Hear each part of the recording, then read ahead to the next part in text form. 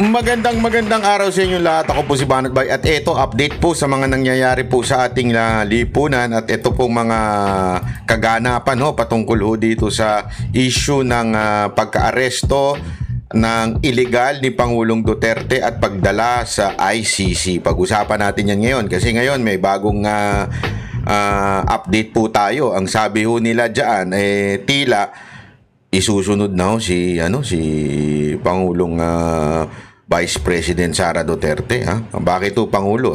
Alam na natin yan, matik na yan. Pangulo na yan. Kaya lang, alam niyo naman, ang mga demonyo sa paligid, lalo na yung mga nakaupo dyan sa kamara at sa palasyo, alam naman po natin may maitim na balak. Lalo na ngayon, ang problema kasi, sana kung itinatago nila. Pero lumalabas kasi nga po, merong madaldal. Meron madaldal dyan sa Malacanang na tila nabubuking ang mga plano. Diba? Ano yung plano na yon? Na isunod na si VP Sara Duterte. Alam ko na to Sinabi ko na to na talagang hindi sila, mula nung inusig nila si Pastor Kibuloy, sinunod si Pangulong Duterte. This time, ang pinaka-grand plan nila ay mawala sa posisyon si VP Sara Duterte at makuha nila yung 2028 presidential para tuloy-tuloy nga naman Marcos Romualdez ang mangyayari sa bayan natin. Gusto nyo ba nun? Hindi alam nyo mga kababayan, ako po ay nag-iisip lang ng hindi maganda. Kasi alam nyo, alam naman po natin na si Bongbong Marcos ay isang mahinang nilalang. 'Di ba? So, sigurado ako dahil alam niya mahinang nilalang siya, kailangan niya yung ang kanyang pinsan ng isunod. Dahil hindi pa naman kaya nung anak niya. 'Di ba? Kaya yung pinsan na lang niya isusunod niya na tapos after nung pinsan, maaari yung kapatid, tapos after nung kapatid ay etong anak na niya. Pwede na 'yon. Hanggang hindi na nila bibitawan niyang alam na niyo na maugali niya mga yan 'Di ba? Katulad nung ama niya na walang matetegi na ayaw pang bitawan yung Malacanang. Ginawa na talagang tirahan. Sabi nga, 'di ba? Ano bang sinabi nung isa sa mga nangampanya sa kanila, 'di ba? Gusto niyo ba ibalik sa kanilang tahanan? Diba? May paganon-ganon pa. Wala niyo kung sino 'yon. Kung naalala ninyo. 'Di ba? Kasi nga, ang turing nila sa Malacanang kanila. Kaya dire-diretso na yan. Eto nga ngayon, ang kanilang pinupuntiryan na ngayon ay tapos na yung plano nila kay Pangulong Duterte at pinupuntiryan na nila ngayon ay si VP Sara Duterte. At kaya ngayon, may bago na naman silang pautot. Kesyo, umuwi na daw si VP Sara Duterte dahil para magampanan ng trabaho. Naturing ang abogado ito, no? Hindi mga kababayan, naturingang abogado ito pero yung kaalaman niya pagdating sa trabaho ng Vice President umuwi na daw kasi magtatrabaho siya. Hindi niya ata alam ang trabaho ng Vice President, no? Hindi niya ata alam. Ewan ko ba dito? Nagpaalala naman ng Malacanang kay Vice President Sara Duterte na dapat pa rin siyang magtrabaho bilang vice. Sinabi rin itong dapat paigtingin ang investigasyon sa confidential funds ng Office of the Vice President dahil sa mga bago at kakaibang pangalan ng mga nakatanggap ng pondo. Ang tugon ng vice sa pagtutok ni Ivan Mayrina. Hanggang April 30 pa ang bisa ng Travel Authority na ibinigay kay Vice President Sara Duterte ng Office of the President. Pero may paalala na ang Malacanang kay VP Sara. Kailangan din po siya ng Pilipinas bilang Vice Presidente. Gusto nyo, palitan na lang natin yung presidente. Hindi lang para sa kanyang ama. Sige na, upauwiin natin yan. Palitan na natin yung presidente. Di ba? Hindi kasi parang hindi alam ni ate kung ano ang trabaho ng isang Vice President. Sigurado ko. Kahit yung mga nanonood dito, kahit hindi siguro maalam sa batas, kahit hindi maalam sa hindi abogado, alam mo ang isang papel ng job description ng ating Vice President. Although na acceptable po at maiintindihan po natin sa ngayon ang kanyang nararamdaman, pero tandaan niyo po niya, sinasabi niya po, milyon na Pilipino ang bumoto sa kanya at kailangan din po niyang pagsilbihan ito. Sinabi ito na Malacanang nang tanungin tungkol sa Anong pagsilbihan, te? Alam mo ba job description ng Vice President? Ito ay spare tire. Pag naging inutil, o pag di kaya may mangyari sa presidente, siyang papalit, that's it. That's it, pansit. Hindi, pambihirang buhay, Hindi ko maintindihan kung ano ba talaga nasa isip nitong ating vlogger sa Malacanang. Hindi ko talaga maintindihan eh. Ano kaya anong nasa isip niyan job description? Katulad nung kay Lenny Robredo? Napakalat-kalat? Pag may disaster, ng gugulo? Iyon ho bang sa tingin nyo description ho ng Vice President? Hindi ho job description ng Vice President yan. Ang description lamang ng Vice President ay maging spare tire. Ika nga. Kaya naman, kung meron siyang position as cabinet secretary, yun, pwede. Diba? Pero wala na ho, hindi na ho cabinet secretary si si Vice President Sara Duterte. So wala na ho siyang trabaho. Ang trabaho na lang niya talaga, palitan ng presidente kung sakaling may mangyari. Sinasabi mo ba na inutil yung presidente mo? Hindi, kung sinasabi mong inutil presidente mo, sige, palitan na natin. Huwag na siya magtagal dyan. Sa bagay, ang gulo mag-decide, paiba-iba, palitan na lang natin. Yun ba gusto mo? Hindi kami papalag. Kung presidente siya, hanapin mo. Go. Hanapin mo siya. Pero kung ganyan, ito naman si ate, utang ng mga bagong pangalan. Nang umunin. Tapos ito pa. Ito. Isa pa masasabi ko sa'yo, ate, alam mo kung bakit? Kasi tatay niya yung tinarantado ng gobyerno. Tatay niya yun.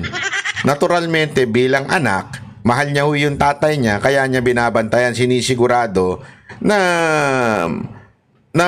maayos naman ang kalagayan ng kanyang tatay. Ama niya yun eh. Madam, ako nagtatanong lang. Kulang ba kayo sa pagmamahal sa tatay niyo? At ganyan ang ka-cold ang treatment nyo sa mag-ama? Hindi ako nagtatanong lang ako. Kasi parang wala ako kayong puso eh. Hindi, totoo. Ito, tumatawa lang tawa yung background ko pero matindi ito mga kababayan. Wala ka bang puso? Kita mo na ginanon yung tatay mo. Binaboy, binastos ng gobyernong ito ang tatay mo. Ha? At sabi nga mismo ni Vice President Sara Duterte, kinidnap ng gobyernong ito ang tatay niya. Kitang-kita naman kahit sa ibang mga international commentaries, ganun ang ginawa, abduction. O kidnapping ang ginawa dahil hindi dumaan sa tamang proseso. Kaya kidnapping. Dahil tandaan mo, huwag mong kakalimutan, kahit sinusubukan yung iburahin yung Article 59, hindi nyo mabubura yan. Dahil pag binura nyo yung Article 59, burahin nyo na rin yung Article 7 na kung saan yun ang ginamit para siya ay mabigyan ng warrant. So, yung Article 59, kahit anong pagbalik-baliktarin nyo, hindi mawawala yan. At nakalagay doon, kailangan talagang dalhin sa local court. Ano nga palusot mo doon sa local court? Unang palusot mo sa Netherlands yung court. Pangalawang palusot ninyo, DOJ yung court. Hindi ko alam kung saan ka talaga nag-aral eh. Sabihin mo nga kung saan ang university mo, saan ka nagtapos ng abogasya para pag kung sakali magkaroon ako ng anak, hindi ko pag-aaralin doon. Kasi ganyan ang statement mo noong una. Hindi mo nga binabawi, hindi ka nga nag-sorry. Tapos etong DOJ, yun naman ang packaging nyo. Anak ng wewe naman kayo dyan, mga sir, mga ma'am. Napaka-sabit naman po nun. Tapos ito, hindi mo na naman alam ng job description ng Vice President. Ano ba talaga alam mo? May alam ka ba?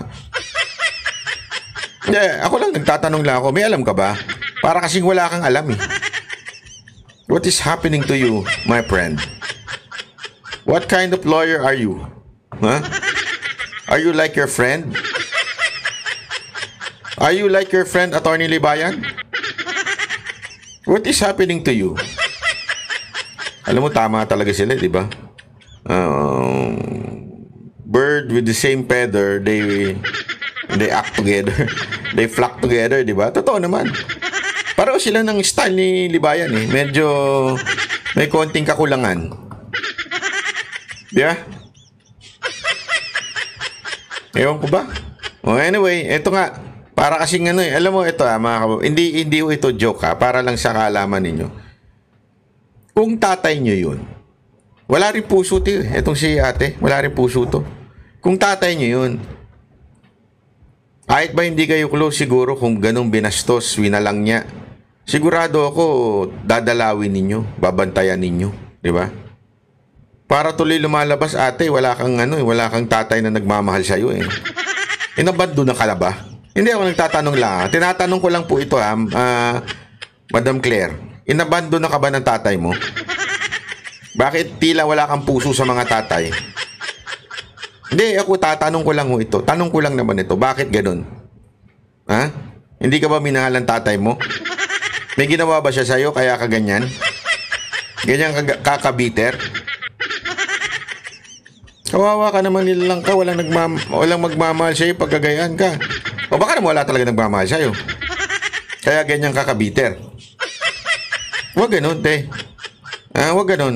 Huwag mo itulad ng lahat ng tatay yung treatment sa'yo. Hindi maganda. Hindi ko talaga, alam mo, nung narinig ko to, nakita ko talaga pa, grabe ito, wala puso itong aalin to. Talagang wala yung puso niya, parang ewan. Hindi ko alam kung may puso ba itong taon to. Tapos ngayon, eto na, tingnan ninyo may bago na naman silang binibring up. Kasi tapos na sila kay Duterte, doon sa tatay, tapos na sila kay Pangulong Duterte. So, ang target na naman ngayon ay si Vice President Sara Duterte. So, may bago na naman silang pauso. Ito na naman, Lumutang ng mga bagong pangalan nang umunoy nakatanggap ng confidential funds ng OVP at kung may gagawing hakbang Malacanang para pasagutin ang bise tungkol sa mga ito. Si Jay Camote, si Miggy Mango. Dinaniniwalaan pa ba itong na ito? Itsura pa lang nito, di nakapanipaniwala eh. Ano ba ito? Saka yung Dodong Gang, saka si Xiaomi 8. Talagang mga peking tao pa rin yung ginagamit ko. Abay, natural. Kuya, natural na peke. Ang hina talaga ng utak nito mga to, no? Sorry pero bakit talagang sobrang hina ng mga utak nyo? Alam nyo kung bakit? Kahit pa ilagay dyan si Chow Fan. Baka Chinese yun Chow Fan, ha? O kaya si Bonchon. Ano yun? Koreano. Naku po, patay tayo dyan. Kahit yan pa ang gamiting pangalan, hindi mo kasi magets. Confidential funds. Yan ay ginagamit for the security ng kanilang ahensya na ang kinakaharap ay yung mga dating rebelde na nagbalik loob, yung mga asset. Yan po yun. Hindi pa pwedeng i-reveal ang tunay na pangalan nila. Hindi ho pwede. Kailangan ang mga pangalan dyan ay alias, aka. Bakit? Kasi nga po, pag ni-reveal mo yon, magkakaroon na sila ng security issue doon sa mga tao. Alam naman ilagay mo, etong si, halimbawa lang, etong si Dada, si Boss Dada, kunwari, totoo niyang pangalan, Dada Ganan, Ganan yung apelido niya. Dada Ganan. Kunwari, apelido ni Dada is Dada Ganan. Itong si Dada Ganan ang tumanggap ng 100,000 para sa operasyon na maging spy sa isang organisasyon na nandoon sa loob ng eskwelahan. Hindi pa pwede yun. Hindi na booking siya kung sino. Siyempre, sasabihin naman ng mga komunistang organisasyon sa eskwelahan. Si Dada Ganan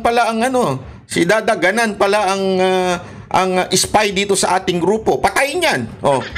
Papatayin natin sa mga NPA. Ganun ka baka... Hindi, naintindihan niyo ibig ko sabihin, sir, mga ma'am? Ganun ka ba kahina, sir? Hindi mo maintindihan na kailangan itago talaga sa mga pangalang hindi naman nag-i-exist. Kasi nga confidential. Ang binabayaran dyan yung mga snitch, yung mga spy, yung mga sinusuhol yan sa mga bumabaligtad, o di kaya yung mga reward para doon sa babalik loob sa gobyerno na nandun particular sa eskwelahan. Yung pera na yan gagamitin niyang panuhol. Kaya nga confidential funds Anong issue nyo dyan? Tanga lang, sir. Ako nagtatanong tanga lang ba talaga tayo, sir? Kung talagang seryoso ka dyan, bakit di mo tanungin yung pinakamalaking confidential funds, Office of the President? Saan din na dinala yung pera? Kini-question ba natin? Hindi. Bakit? Kasi alam natin it is a confidential funds. Kini-question natin, hindi natin pwedeng questionin yun kasi alam nga natin ginagamit yun for sensitive projects, sensitive operation. Diba? Yan ang pinagagamitan ng confidential funds. Ngayon, kung ayaw nyo ng ganyan, abay tanggalin ninyo yung confidential funds. Bakit pili lang ang pinupunan ng yung confidential funds? Bakit Office of the Vice President? Hindi, yun lang ang tanong ko dyan Ang daming ahensya ng gobyerno ang merong confidential funds. Bakit opisina lang ni Vice President Sara Duterte ang kine-question nyo? Sigurado ako, pag tinanong ninyo yung confidential funds ng Office of the President, sigurado ang mga lalabas ding pangalan dyan, mga fictitious name din. Ibig sabihin, mga peking pangalan din. Bakit? Kasi nga, we have to hide the identities of the people na binibigyan nila ng pera para sa kanilang operation. Kaya nga, simpleng-simple ito Hindi ko alam bakit hindi nyo naintindihan. Pinaliwanag na rin sa inyo yan ng ilang, kahit nga yung sa ombudsman, pinaliwanag din yan Diba? Kasi kahit ata sila, meron silang confidential funds o intelligence funds. Kasi nga, hindi pwedeng sabihin. At yan po ay naaayon sa ating batas. At pangalawa, ito ang sagot ni VP Sara Duterte. Kung ito man po ay na-discovery po, siguro po mas paigtingin pa po talaga ang pag-iimbestiga patungkol po. Yan, paigtingin ng pag-iimbestiga. Yan, tinuturuan niya na. Paigtingin na natin ng pag-iimbestiga kay VP Sara Duterte kasi siya na ang next. Di ba? Gago! Siya na ang next na ikukulong natin. Siya na ang next na ilalabas sa bansang to. O baka hindi na nga pabalikin. Di natin alam Kasi ako, meron ako nadinig Hindi ko na lang sasabihin kung kanino galing. May intelligence din ako kahit wala akong intelligence fund. Talagang intelligent lang ako. Meron po ako narinig na talagang wala na silang planong pabalikin dito si VP Sara Duterte. Talagang haharangin nila, kakasuhan nila kung ano-anong gagawin. Kaya nga, pansinin nyo, bakit siya di ba itong recent, yung sa ICC, dinamay si VP Sara Duterte. Tingnan ninyo, Tingnan ninyo. May bali-balita dyan lumalabas na hindi na pababalikin si VP Sara Duterte sa Pilipinas para kanila na ang Pilipinas. Talagang inangkinan nila Hindi ko alam kung totoo ito Yun ang kwento-kwento dyan. Abangan natin sa mga susunod na kabanata kung talaga bang hindi na pababalikin si VP Sara Duterte o huhulihin pagdating sa airport. Kung ano yung ginawa nila kay Pangulong Duterte, yun din ang gagawin. Hindi natin alam. Dito, bakit po? Kasi karapatan po ng taong bayan malaman kung saan po talaga ginagasta ang pera. Kung gusto mong malaman ang ginagasta ng confidential fund, pwede ba unahin mo yung office mo? Yung opisina nyo, Office of the President. Pwede nyo ba sabihin sa amin kung saan nyo ginagasta yung confidential funds?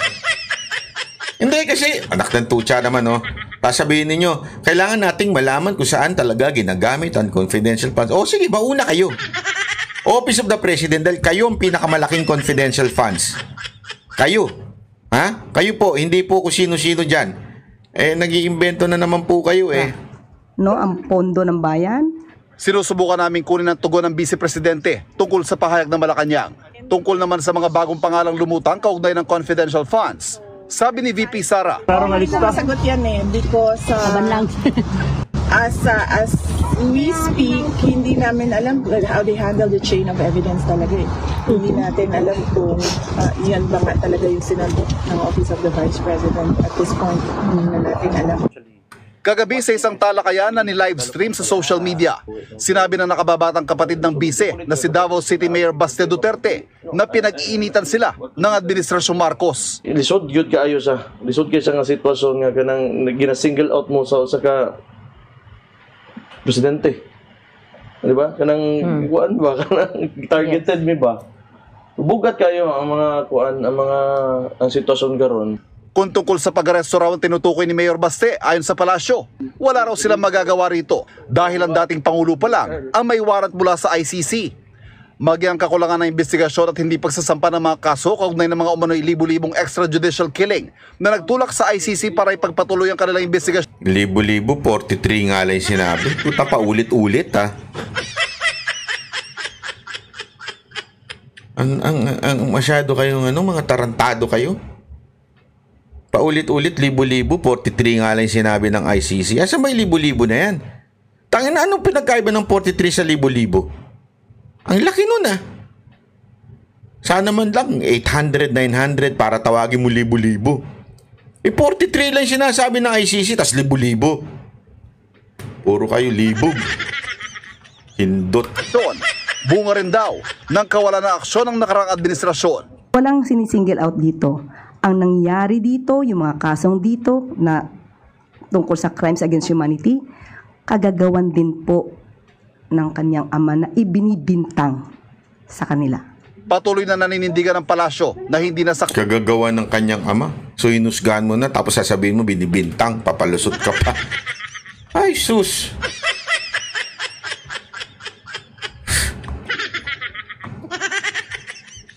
Alam mo ako hindi ko nilalang yung libo-libo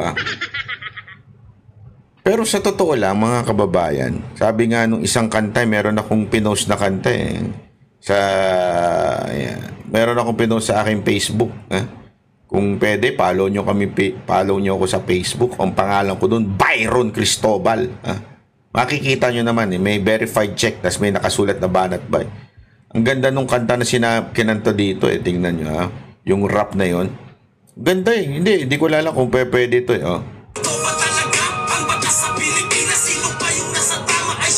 Oh.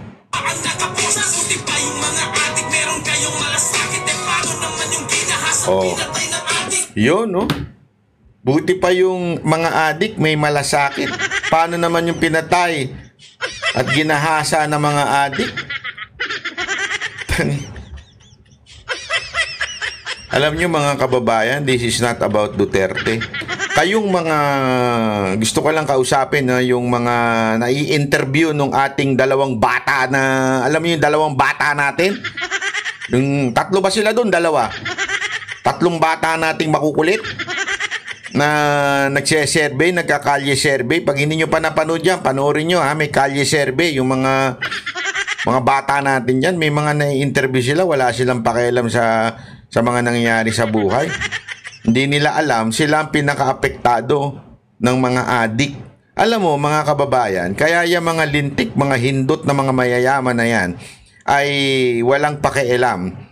Kasi meron naman silang bodyguard, meron naman silang kotse, so safety sila umuwi. Yung bahay nila, gated naman. Kung hindi bahay, condo, may mga security guard naman. Kaya safety sila. Peaceful ang buhay nila. Pero itong mga, pasensya na dun sa mga nasa laylayan, na tinatanong, hindi, wala kaming pakialam dyan, wala kaming dyan sa mga issue na yan. Kasalanan ninyo. Kasalanan ninyo. One day, kung kayo mapatay o kamag-anak ninyo mapatay, kasalanan ninyo. Bakit? Wala kayong pakialam sa nangyayari. Hindi, yan ang katotohanan. Kayong mga nakikinig sa akin at kayo ang mga nasa laylayan dyan at kayo yung mga walang bodyguard, kayo yung walang mga gated na bahay, bukas, huwag nyo sabihin wala kayong pakialam. Dahil yung mga putang inang adik na yan, may pakialam sa inyo. kukuhanan nila kayo ng pera, gagahasain kayo, o di kaya, hindi totoo, alam mo, kaliwat kanan yung napapanood ko sa news, na hinold up. Kung hindi hinold up, dinukot, peking taxi rider, ginahasa yung kanyang ano. Alam mo yun, dati wala na ho yan, takot yung mga yan Dati yung mga yan, nangangatog yan Kasi at saka yung mga yan, nagtatago yan dati, kasi alam nila may tokhang Alam mo, ako ang dami kong kaibigan, ng kaibigan nila, at kung sino-sino pa sa community, tumino yung kanilang tito, tumino yung kanilang tatay, tumino yung kanilang kapatid, tumino yung kanilang kaibigan, namatay yung kanilang kaibigan. Kasi nga po, may war on drugs. Marami dyan nagbago din ng buhay. Yun ang libo-libo. Bakit? Milyon na sumuko, milyon na rehabilitate, milyon na nagbago ang buhay.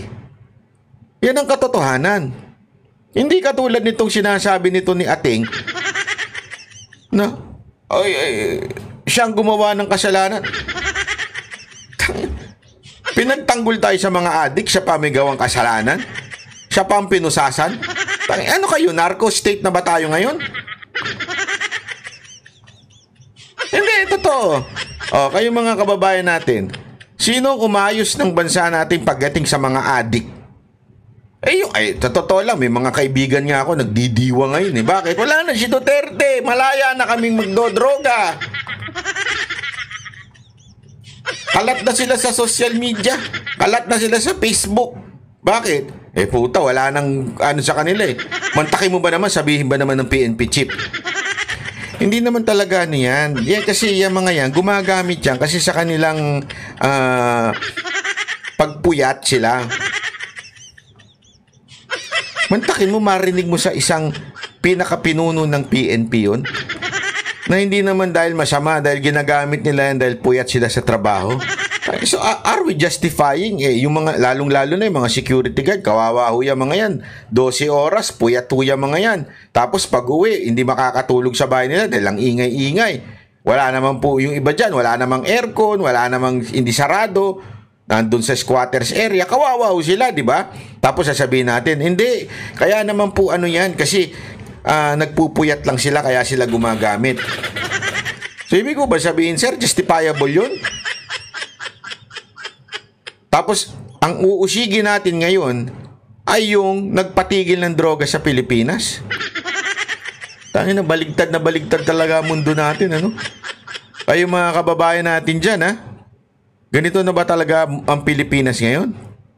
Nakakalungkot, Hindi, kayo nga, sabi ko nga sa inyo ganito lang kasimple mga kababayan. Simpleng-simple. Huwag na nating paikot-ikutin pa ang explanation dito. Simpleng-simple lang, mga friendship. Ito lang. Sa inyong community, ano ang mas safe? Nung panahon ni Duterte o panahon ni Marcos? Kung sinasabi ninyong panahon ni Duterte, bakit kailangan usigin yung taong yumari sa mga kriminal? Di ba? Yun na lang ang tanong Simpleng-simple. Bakit paparusahan mo ang nag-ayos ng community natin? Alam niyo kung bakit? Pinaparusahan ngayon. Politika Yan ang katotohanan. Pinupolitika nila ito. They want na mawala po ang mga Duterte sa politika.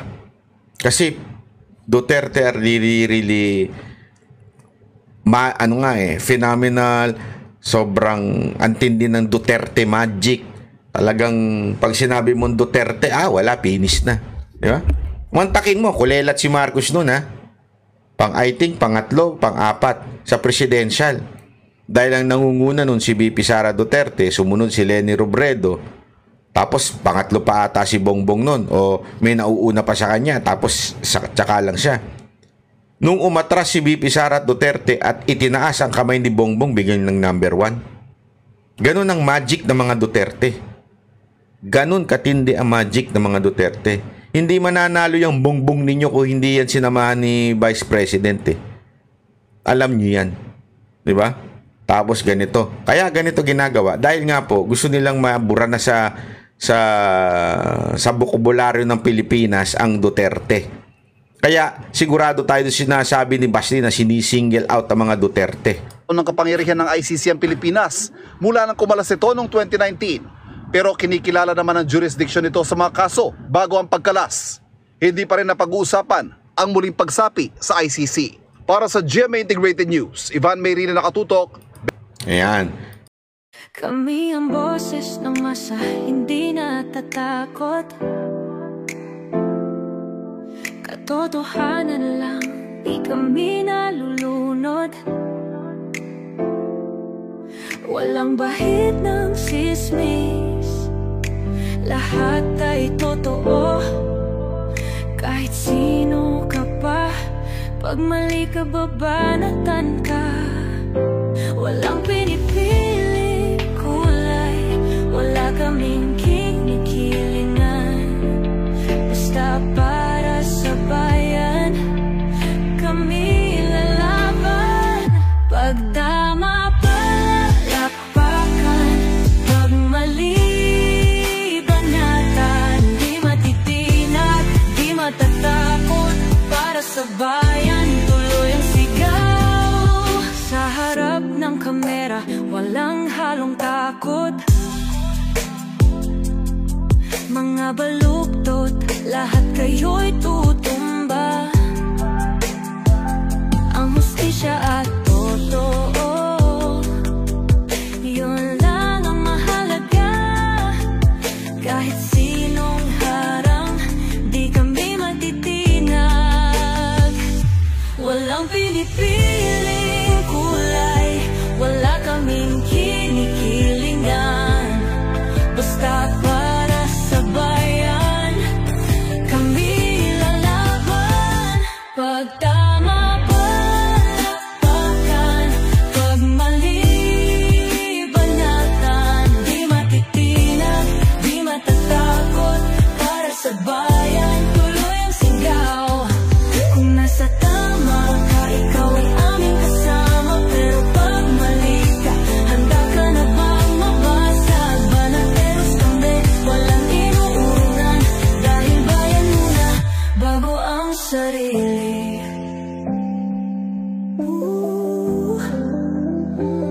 Bago ang sarili.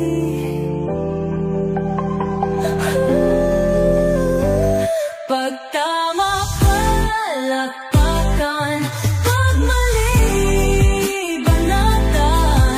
Banateros ang sigaw, katotohanan ang laban.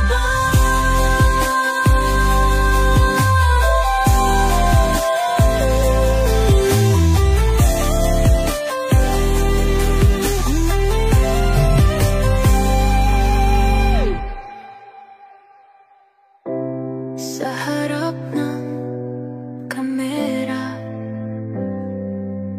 walang halong